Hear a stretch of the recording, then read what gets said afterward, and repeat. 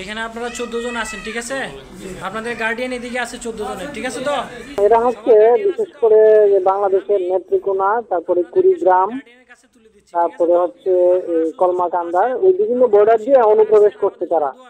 অনুপ্রবেশের দায়ে তাদেরকে ইন্ডিয়া জেলে করছে আর কি, ইন্ডিয়ান জেলে সুপুর্দ করা হয়েছে। এখানে তারা প্রায় দেখা যাচ্ছে ওই আপনার 1 বছর 1.5 বছর প্রায় 2 বছরের মতো জেল খাটছে।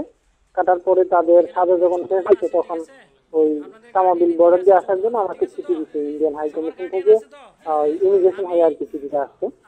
তারপরে আমি যে আত্মীয় স্বজনের সাথে যোগাযোগ করলাম, আত্মীয় স্বজনরাও আসছে।